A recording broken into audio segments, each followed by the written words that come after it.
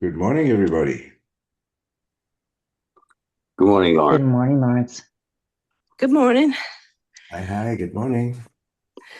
I won't, I'm working out, so I may not be able to talk a whole lot. Wow, well, you sound like you're out of breath, so keep doing it. It sounds like it's a fun Uh, thing. Pumping some iron. There you go. Good for you. All right. Mhm. Good morning. Good morning, Jim and Dee Dee and Susan and Martin and Good morning. everybody. Okay, so we're ready to rock and roll. Good morning, Chris. Morning, So, Lawrence. so today is May the 8th. May the 8th. Can you imagine it's the fifth month already? So last week we started talking a little bit about the atomic habits, and one of the things we talked about initially was the question about um, systems and getting better every day. So today I've got a little something I'd like to show you and see what you think about this. So first of all, of course, the slaughterhouse of failure is not in our destiny. We shall persevere until we succeed. On the other hand, the slaughterhouse of failure could be in our destiny if we quit. Basically, that's just the way it is. And it doesn't matter what you do, see it through. If you quit, that's one of the recipes to fail. So I'd like to start with showing you something that I came across, which I think is quite interesting. It's not relevant to the subject of today, but it's highly relevant to everything that we do. So if you don't mind, put yourselves on mute, and then here we go. So I want to show you this. Share screen. 1 second, share screen. I might have it, and of course it's not there. And it will be share screen. Is it here? And of course it's not here either. Okay, so we'll have to do it another way. Here we go. I'll pull it up from here and do it a bit. And here we go.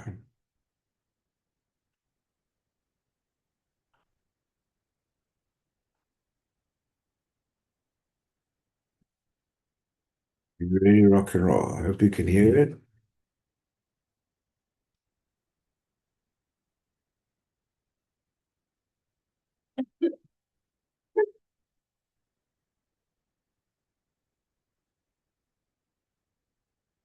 Okay, let me know if you. No, dear, can't hear this either. What's happening?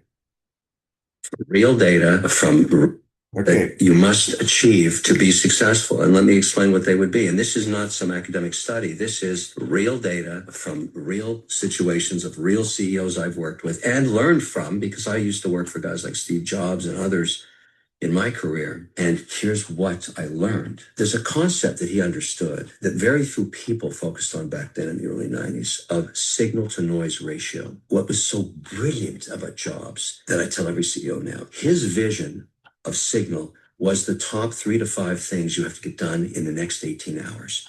Not your vision for the business next week or next month or next year, just the next 18 hours you're awake. You're going to get those 3 things done that you have deemed critical for your mission. They must get done today. Anything that stops you from doing that is the noise. So this signal to noise ratio to be successful for Steve Jobs was 80-20.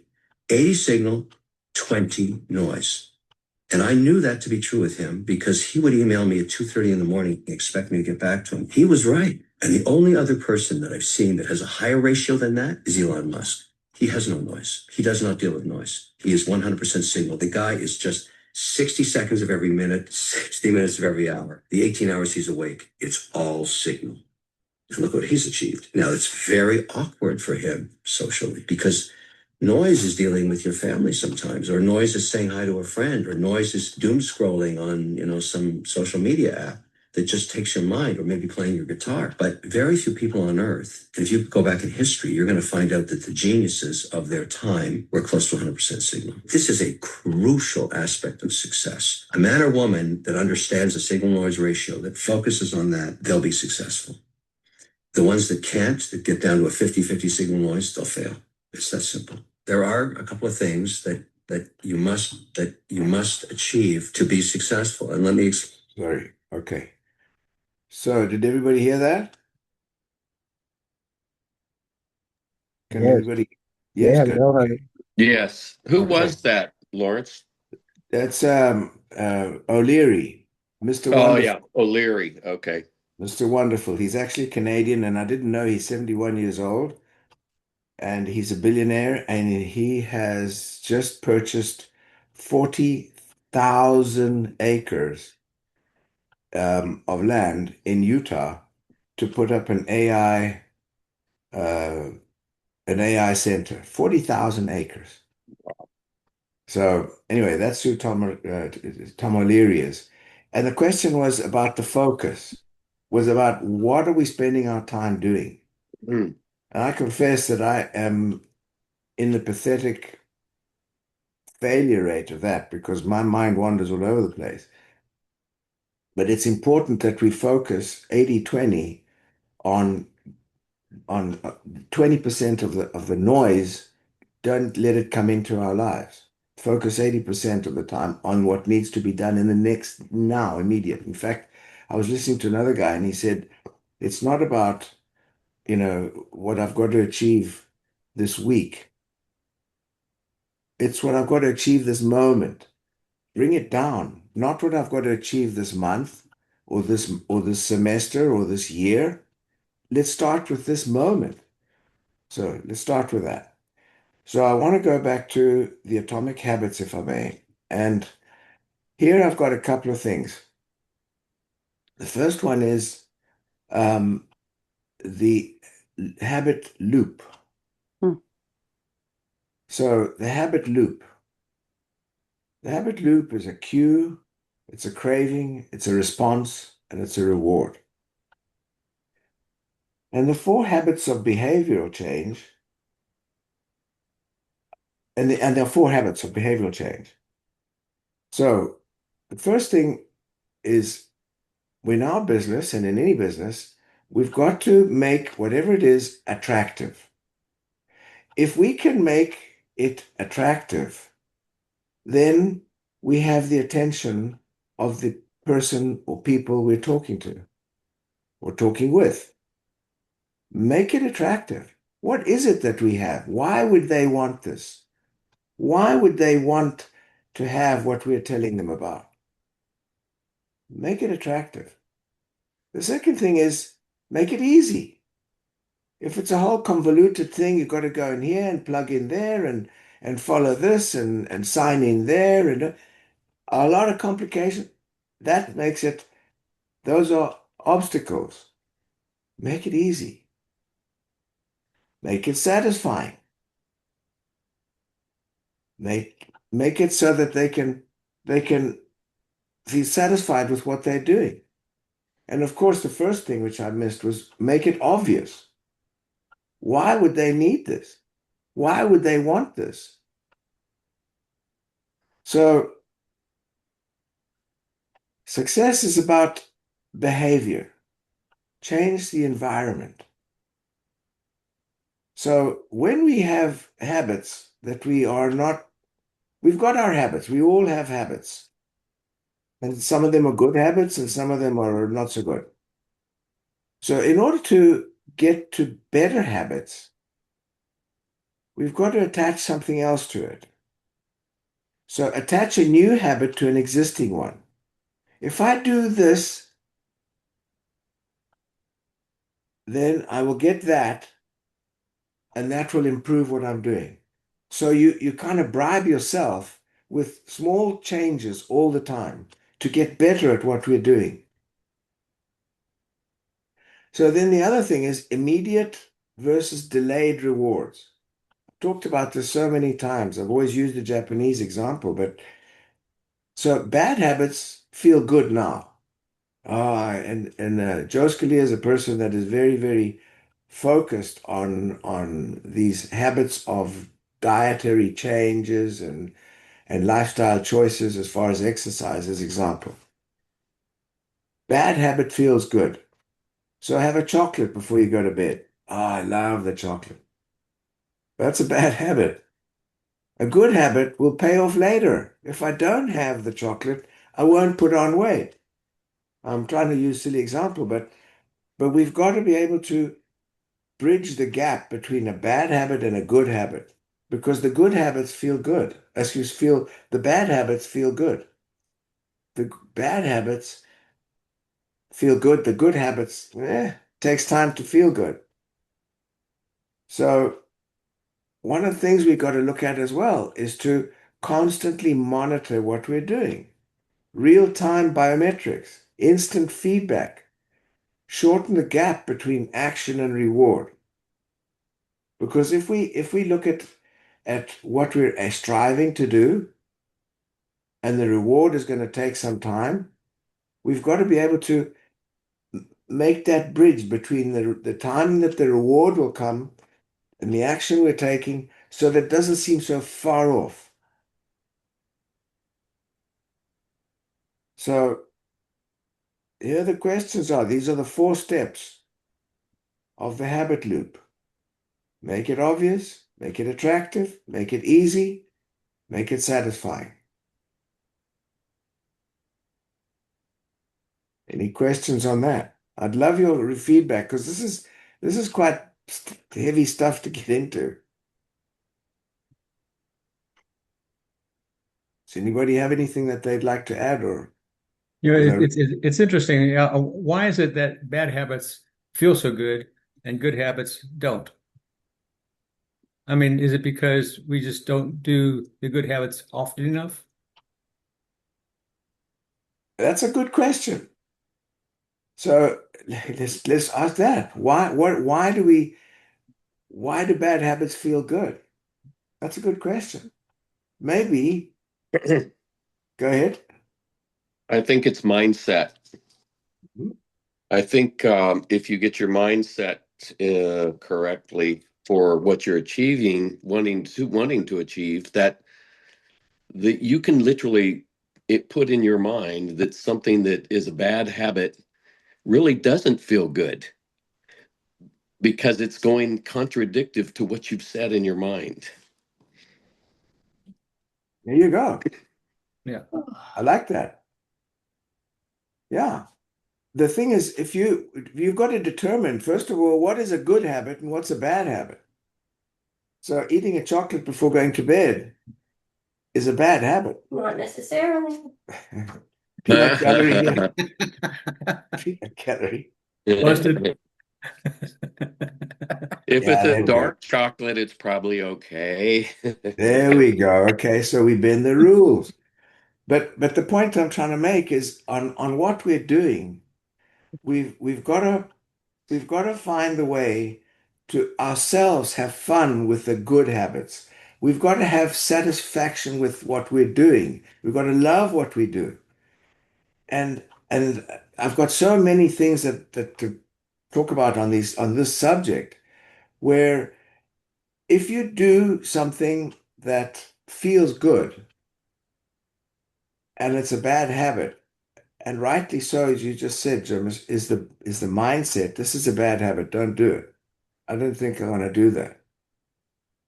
But if you find something that we have in our business, which is satisfying, and the satisfaction is being able to have people that will adhere to something that that you've proposed based on a business that we've got that has no downside. So, Think the key is finding good habits that are as enjoyable and attractive as the bad habits, right. and then supplant the bad habits with the better habits. So thank you, Martin. And so here's something, for example, the part about this business that I love most, believe it or not, is the people. are objections. People steer clear of objections. And it's a habit. People have an objection about something. I love objections. Absolutely. That's the best part for me is the objection. And I've made it fun. I've made it so that it's something that I enjoy doing. I know it's not exactly what we're talking about, but it's relevant to finding joy in what you do. I think you have used your mindset many years ago to make that a part of something you enjoy. I bet you when you were younger, you didn't like objections, but you Nobody likes objections. with this business, you found a way to turn that into a positive for yourself. Because we'll always run into objections. So you've got a choice. You can either hate them and it's going to make your day worse, or if you embrace them and say, "Oh, this is my opportunity to teach somebody something." Boom, mindset just got you on the right track. That's what these calls, thank you, Jim. What these calls are all about is mindset. And that's what I'm trying to say. I'm saying we've got to tweak our chip into getting rid of the noise, focusing on the essential things we need to do in the moment, which will lead to the minutes of the day, it will lead to the week, and so on and so on. But to enjoy the things that are less attractive to many people. A lot of people hate objections. As soon as they get an objection, they switch off. I don't. I light up and I say, okay, good. Tell me why you don't agree with this. Tell me what you don't like. Because objections are usually just questions. Objections are just usually questions. So in our business right now, if we say, when I say these 4 points, make it obvious what we've got. And it was all to do with the cravings, response, and reward. So when we've got our business, we've got something that's unique, exclusive, patented with no competition yet. How exciting is that? So we should be feeling, I say, give yourself a high five every morning. Light up your life with gratitude because nobody has what we've got. And this is something that is very, very exciting. And we can have fun with that. It should be fun. I love what I do. That's why I can't differentiate. My wife always says, it's time to do this or that. And I say, well, I haven't got time for the other stuff. I'm enjoying what I'm doing, which is this. Make it obvious, make it attractive, make it easy. How difficult is it? Why would you not do this? What is your problem? Make it satisfying. Can you imagine if you were to be able to monitor your lifestyle choices, your health choices, and take action on that on a daily basis with this little device that we've got? How satisfying is that? That you've got something that will guide you on a daily basis. I'm just trying to put it into what we've got.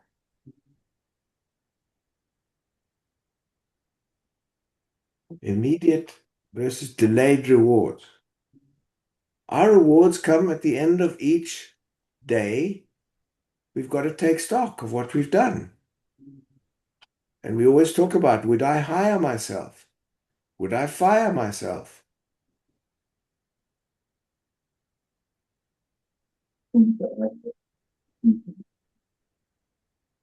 Go ahead, I'm listening. This is complicated stuff. I mean, it's this book, The Atomic Habits, which I got here.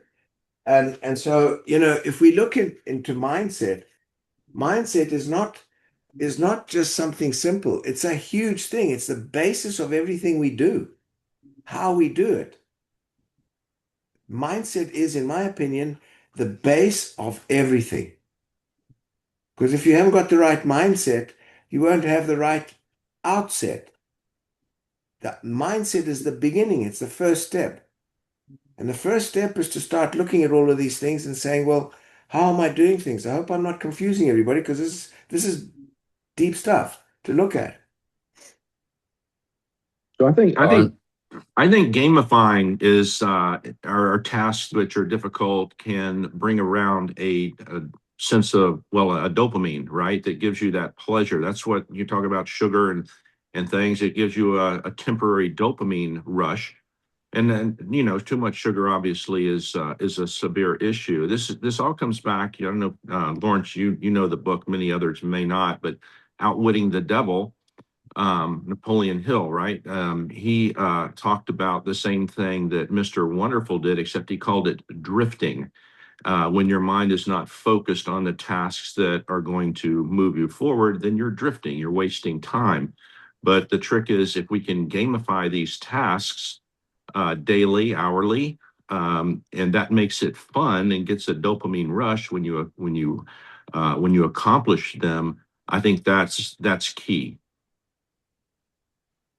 Thank you. 100%. Love it. I'd like to add when you look at habits and you look at mindset, everything ties back to goals.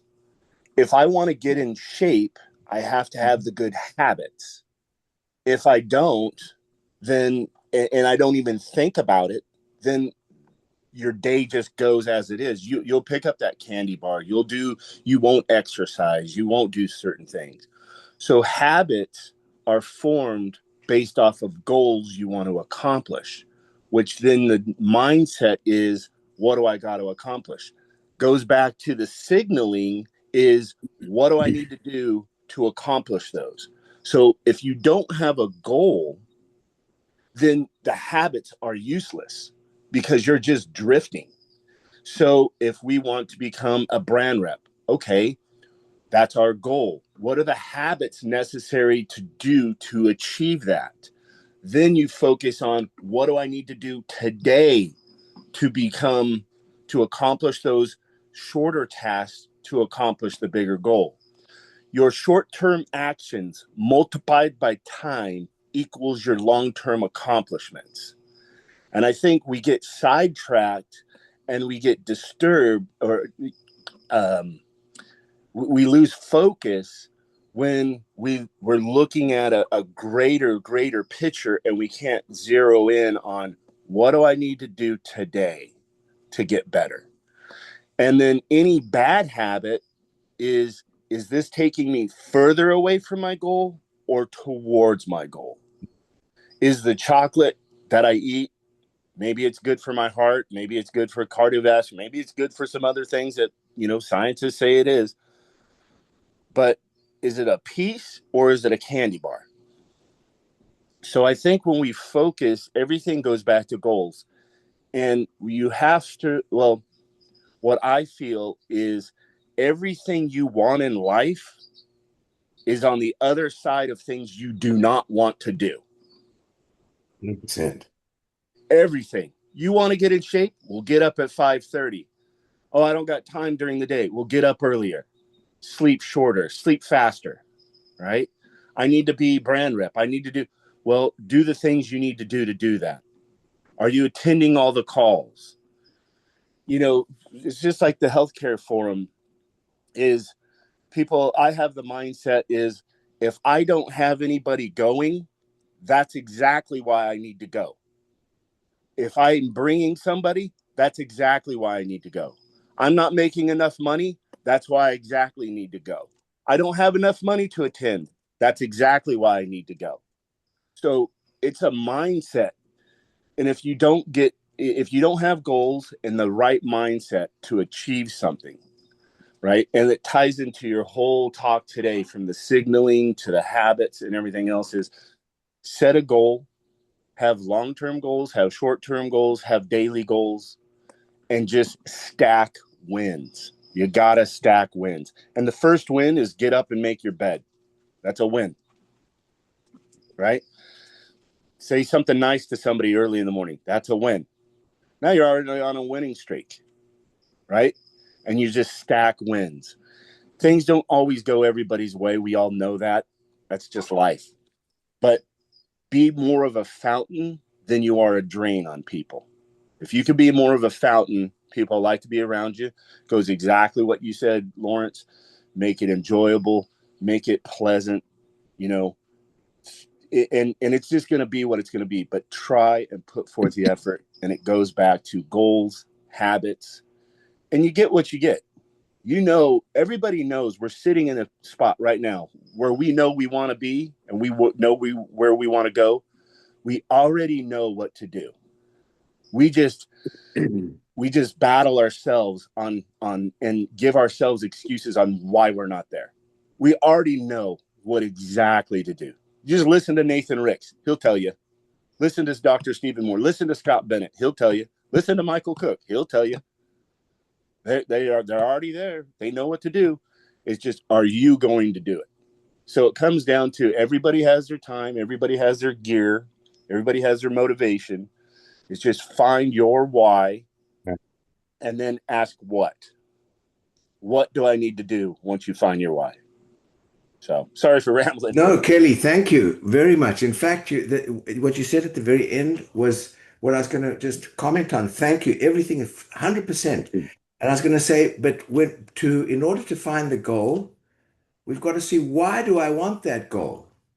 And how will I feel better by achieving that goal? And that's where you have the little candy in your mind that's going to see you through those moments when, rightly you said, everything that we want is on the other side of the things we don't want.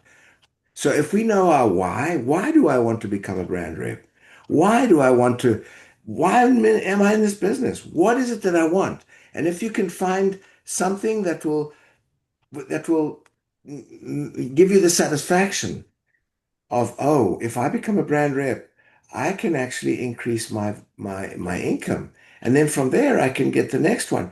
And what will I do with the money? How will that benefit me? How will it benefit the people I'm talking to?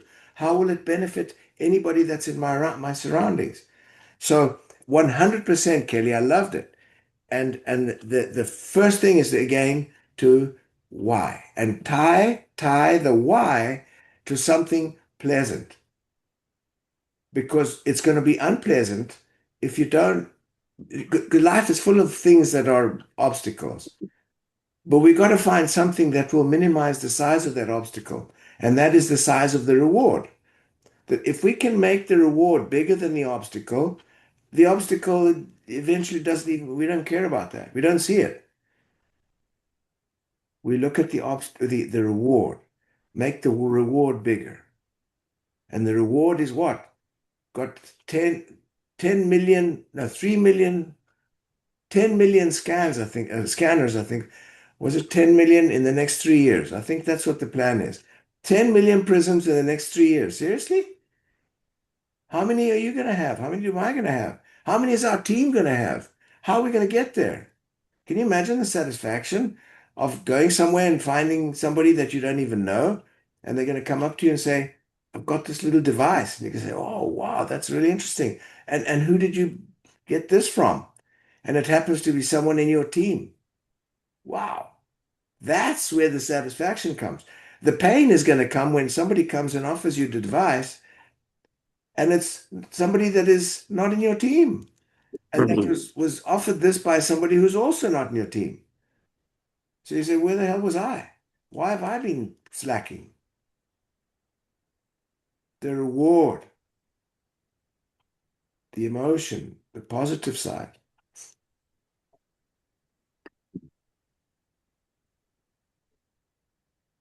And it's one of the things which is also worth giving some thought to is the level of priorities of different tasks. There are so many interesting and fascinating things going on in the world, and those seem to compound almost weekly. And there are tons and tons of things which would be fun or interesting to do, but we all have a limited time span on the planet. And so we need to be selecting and prioritizing those things that we want to achieve. And those all stem from that one overarching goal that Kelly was just talking about. And not everything is a 10 in terms of priority.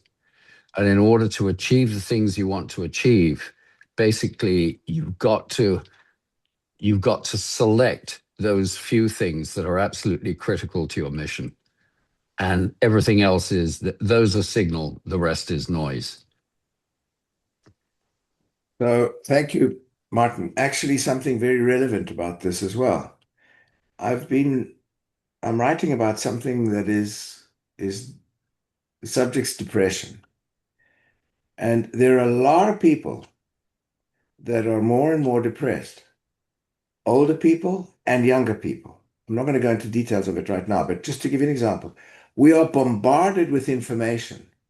Every time you pick up your phone, there are, I don't know, hundreds of messages that come up of something going on somewhere that's going to put us straight down a rabbit hole. And it's very, very difficult to turn that bloody thing off and not look at it because we're bombarded with all this stuff. And the more stuff comes out, the more confused we are. And then we feel like we're missing out on some of this noise. Most of that is noise. This information that is constantly bombarding us on our cell phones. It's just noise. So it takes a concerted effort to absolutely not look at something, even though it's a subject that we might be passionate about, but we just don't listen to it. Don't just turn the bloody thing off. Because that's where we get confused. And that's where we can get depressed about the fact that we think we're missing out. Because I get, I don't know, 250 emails a day, of which honestly, probably 235 are a bunch of stuff I don't absolutely care about. So I suspect that a lot of depression is linked to a sense of loss of control over one's circumstances. And that's when we are being pulled in multiple different directions all the time, that is absolutely a loss of control. 100%. And that's where the generations come in. The baby boomers are in that particular situation. And the young kids today are also depressed because they don't have any leadership. They don't have any clear goals. They go on the social media and it's Kardashian who's telling them what to do. I'm going on a rabbit hole myself. But um, but For us, All noise. it's all for noise. us, I think the exercise of time blocking can be a very good little tool to use. And the Yeah. time blocking, say you're going to say, okay, I'm going to spend an hour inviting people or whatever that task is going to be. Well, you take that phone and you turn it off. You turn it off during your time block. And that'll cut down on a lot of rabbit holes. Well, I've told everybody, don't message me because I won't look at them. I've got hundreds and hundreds of messages I don't look at. And people finally call me and say, but you didn't see my message. I told you, don't message me. They're distractions. I cannot have that. So I'm just putting it out there again. Don't message me because I won't look at it. By the way, so we're on time here. I just want to mention next week, I'm thinking of talking about mastery, consistency, and leadership, which is all part of the atomic habits. The mastery, the consistency, and the leadership. It's all about what we are. That's for next Friday. Hey, Lawrence, I have one more comment. You know, a lot of you know that I was gone for almost 4 weeks in Europe. And one of the things that I absolutely did not miss when I was over there is news in English. Watching the news is depressing. It's fear mongering. I don't care what channel you're looking at. And that's a disconnect that we could all make a little bit more of. Very valid. Thank you, Thank you, Michael. Mike. Very valid. Very valid. Imagine if what we watch is in Russian or in Chinese or something. We understand damn thing. We wouldn't watch it. Good, good, good, valid. Thank you. Anybody else got anything? No? All right. Okay, guys. thank you for being on the call. I'm very grateful to you all because it actually inspires me to try and be ahead of myself and to be a little bit better every day. Even 1% a day is a good achievement. Eventually it's, 365% a year. That would be great. So thanks everybody. And I look forward to seeing you on Monday on Scott's call, on Wednesday, Cash's call. And we've got all the calls in the middle. I don't know if I've got any other stuff to mention, but the fly-in, make sure to start getting to the next fly-in. Book now for the next event in Utah. I'm going to do that now. I missed the last one because I was traveling, but the next one I'm going to be there with a bunch of people. And Kelly said it absolutely right. If I have nobody, that's where I need to be. If I have somebody, that's where I need to be. If I haven't got any money, that's where I need to be. And if I want to make money, that's where I need to be. If I haven't got any money, it just got to be there. Thanks, everybody. Blessings to you. And Thank you, have a Lawrence. great weekend. God Thank bless. you, Lawrence. Thanks, Thank you, Lawrence. Lawrence. Thank you, guys. God bless Thank you. you. Thank you. Thank you. Bye now. Thank you. Bye-bye.